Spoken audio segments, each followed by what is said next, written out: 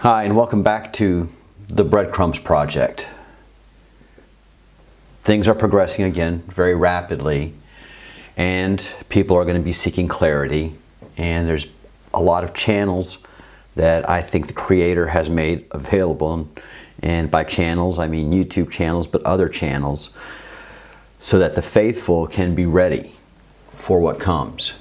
And I have made a huge effort to study the Creator, religion, and I've made a few brave actions faithfully throughout my life. I started out to give my biography, to follow my breadcrumbs, to see if I am telling the whole loaf of the truth, which is the process of the Breadcrumbs Project. I started out Roman Catholic at birth and was a faithful and very good Roman Catholic throughout the world. My father was with the American embassy system, and so we moved to church, and my faith was wonderful for me. I just had a great experience growing up amongst the Christians, amongst the Catholics, and we always found a welcoming community. So that was great for me, and graduated high school, went to college, always had a very strong Catholic faith, and then I started doing religious retreats once a year, a 3-day retreat where you're just quiet and you do nothing but pray and meditate. But before that, in college, like everybody does, I started reading the Christian Bible, the Holy Bible, and man, that was confusing. It didn't make sense, but you'd always open a page and find something that would just boom, blow your mind. Come on, you've done it. Everybody's done it. You know you have. If you study the Quran, you've read things that just boom, blow your mind. You just happen on it, and it inspires you for the day. And if you're Jewish, you've read the Torah and opened something, whether it's in Genesis or I don't know, Exodus. You just read something and it just hits you and it strikes you, and it's such old writings, and it's from thousands of years ago. The Quran, 1,500 years ago. The Bible, the Christian story of Jesus, is 2,000 years old, as we're well aware of. And the Torah is anywhere from 5,000 years old to 3,000 years old, depending on where you want to establish it, whether it was the oral tradition from Exodus that was shared amongst the Jews for a couple of thousand years until they were exiled in Babylon. It was written that's when the Torah was committed to vellum, which is a baby goat skin or baby calf skin, and that's the first time the Torah was written, and it has been faithfully written, letter for letter, for 3,000 plus years. And that's one of the things that the Dead Sea Scrolls was able to establish, because the Dead Sea Scrolls, we were able to establish its date to 2,000 years ago. And you read the Dead Sea Scrolls, which is based a lot amongst the scrolls are Torah. And when you read Torah from the Dead Sea Scrolls, you read Torah today, letter for letter, perfect. So we know that message in the bottle has not been corrupt for thousands of years, and it's a very strong message. So I was able to study archaeology closely, and I have a passion for archaeology. My first memory as a child was in Ephesus in Turkey. And if you know where that is, and if you know what that is, then it's very old, it's very ancient, it's very sacred, but that was one of my first childhood memories. So I've always been passionate about ancient archaeology, and I've just been able to study it on the side and develop a pretty good academic side of it, although I'm not licensed in any way or taken any kind of test, but I do have a good wealth of knowledge. And so I applied that learning of archaeology, and I started reading the Bible from page 1 to page 0. And it took me 10 years to read the Holy Bible. You can't read it in a year or a few weeks or whatever. You've got to study that thing, man. You've got to study it. 10 years.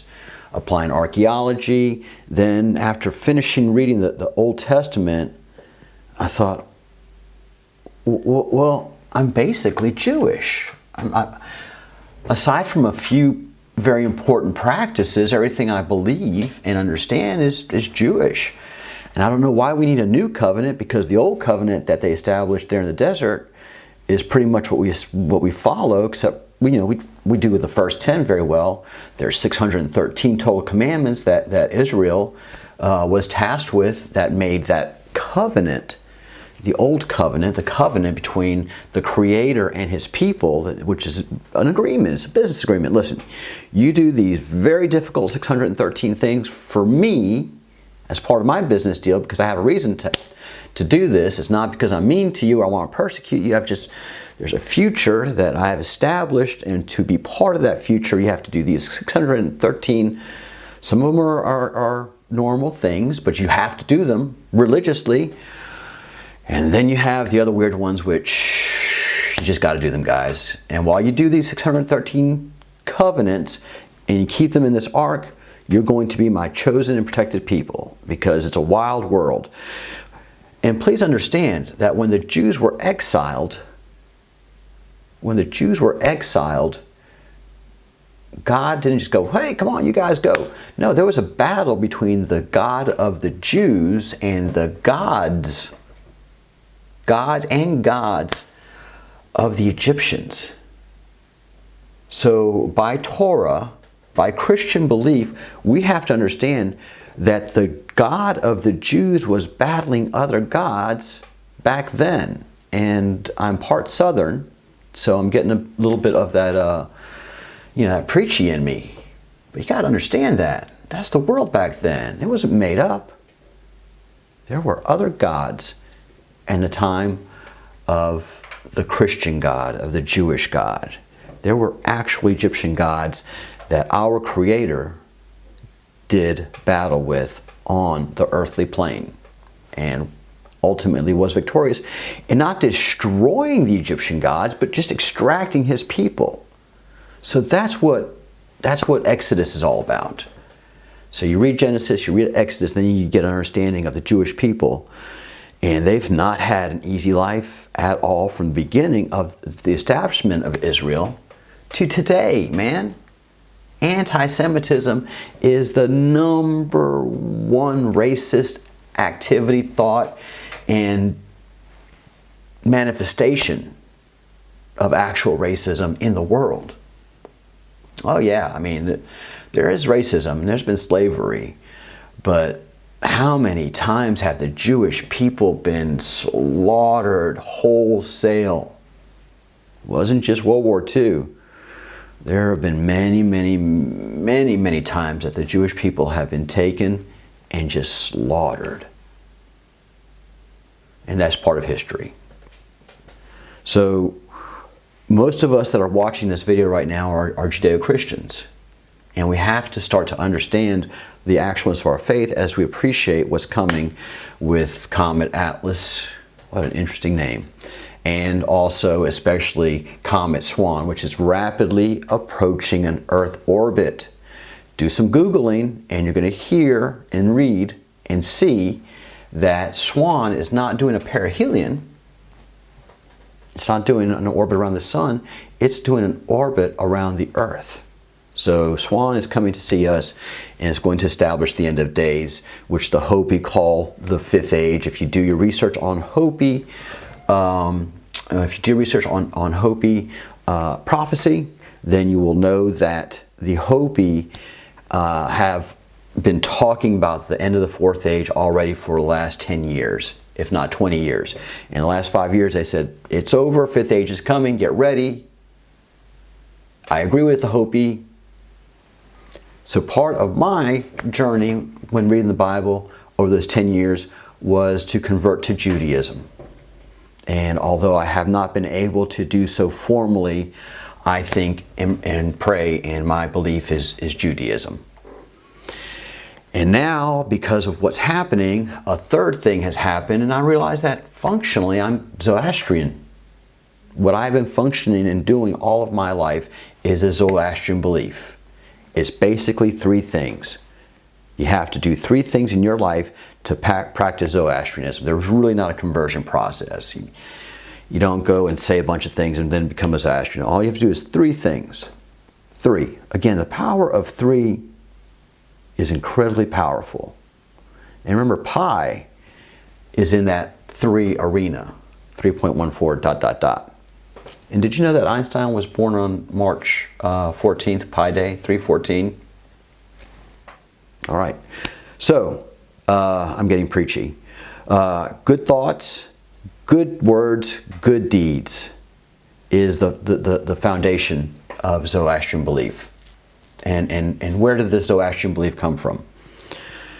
Well, the first recording that we have of man's creation story that we all know and accept is Adam and Eve. And so that is as we know it best. And so we've grown up in the Christian tradition, and we just see Adam and Eve as a couple suddenly in a forest and clothed in vines, and just there's no backstory, there's no understanding of how, what, where, who they came from. Well, let me give you a little bit of backstory and help you out. The Adam and Eve story is a Sumerian story. Adam is man in ancient Sumerian, and Eve is Eve and is woman in ancient Sumerian.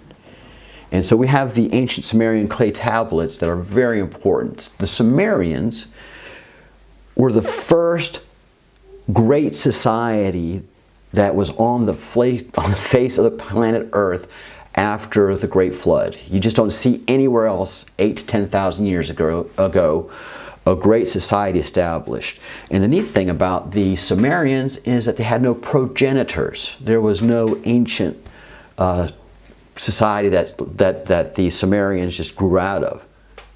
They had ziggurats. They had, if you go into look at ancient Babylon, which is basically in the area of ancient Samaria, they had these huge temples, these huge platform style temples that were not pyramids, but they did make up that process, and to climb up those steps was an exhaustive process.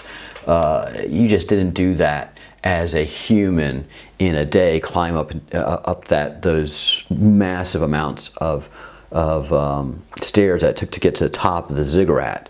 And the tops of the ziggurats were the places of the gods for the Sumerians. Not one god, but the gods. And there were many gods that they gave worship to, and that they gave sacrifice to. And all that is documented in the ancient cuneiform tablets.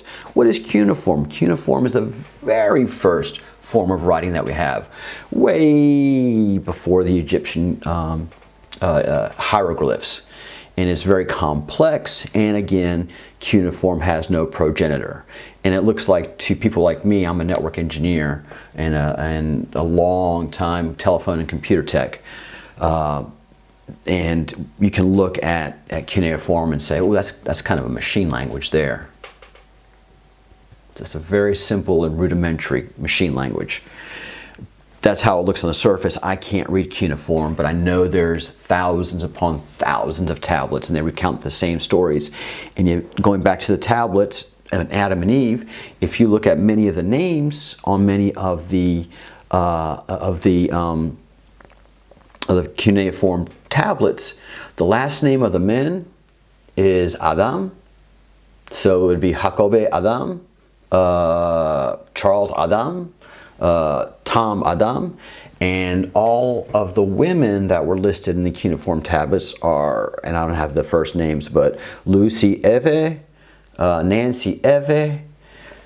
So Adam and Eve weren't just a couple, they were a line of people that were Sumerian. And there just happened to be two of them that ate of the forbidden fruit and became suddenly aware of good and evil. That's what happens when they eat the apple. I'm not going to get into the details of that and the back and forth. It just doesn't matter right now or ever again, because mid-May, the mask will be ripped off and we'll see our Creator. So the Adam and Eve story is a Sumerian story. Jews are a Sumerian people. If you're anti-Semitic, you're anti-Jew, you're anti-Sumerian. And it's just something ingrained in people. I don't understand anti-Semitism, but it's ingrained in people. And it's just been happening since there were the first Jews, or the Israeli people of the descendants of Abraham, the descendants of Jacob, Israel, have been at war since day one. So that's just the way it is. The power of three is manifested very much in the Sumerians, because many of the things they gave us are divisible by three. 24 hours in a day, 12 hours of the morning, 12 hours of the afternoon, divisible by three. Months of the year, divisible by three. And then as you follow the Creator, anything that He touches, you will always see the number three manifest itself. So Jesus had 12 disciples. There are 12 main families that make up the Jewish nation. So you just always see the divisibility of three in anything that has to do with the Creator. And it happens through the Asian religions too. So we could go into the Japanese religions, we can go into the Chinese, but we don't have time in this video. But the power of three is always manifested. And what happened after Adam and Eve ate the apple was that they knew good and evil, and then the complexity of life happened to them. Their children fought. One killed each other, and then just humanity has been in a struggle ever since. There has never been a perfect time or a perfect day in a human's life. You will always have the struggle of good and bad, and all of the progress of your day. But you'll have a pretty good life if you do just three things. If you have good thoughts, if you have good words, and if you have good deeds from here on out, you'll pretty much have a good life. That's how it's been for me. So that's why I say I'm Zoroastrian. I've actually got some notes that I'm reading from so that I don't run everywhere. All right. The best imaging of Comet Atlas is being done by Near Earth Objects on YouTube. He is using a camcorder and a very, very good zoom lens to take these images that we've been seeing. And I don't have time to augment to edit this video, but I'm going to do the next one. I'll have his images. But if you have a good camera with a good zoom lens, try to take video and try to take pictures of Comet Atlas, because you're going to see a green and blue fuzzy image, and it really looks like a fuzzy image of the planet Earth. It really does. I mean, just look at it and it's like, oh my God, that looks like a fuzzy image of the Earth with bad glasses. You know, if I walk around and if I look at the planet Earth, a globe, and then I look at the imaging that we have of Comet Atlas, it's the same thing. So get ready, folks. And finally, I'm going to join the Abrahamic faiths, because right now, honestly, the best religion that is recounting what's happening right now is the Muslim faith. So if you go look at the Muslim eschatology, the story of the end times, it is spot on, word for word, letter for letter of what's happening right now, people. It's not the Christians that are really define this, although they have been predicting it, and Judaism is predicting it, and the Hopi have predicted perfectly, and the Hopi give us the best breakdown of what's occurring on a minute-to-minute basis. So a lot's going on. I'll have another video coming up, but I just wanted to get this out there. The power of three is amazing, and if you see it in your life, you'll have it happening. How do we see it now? Comet, Catalina.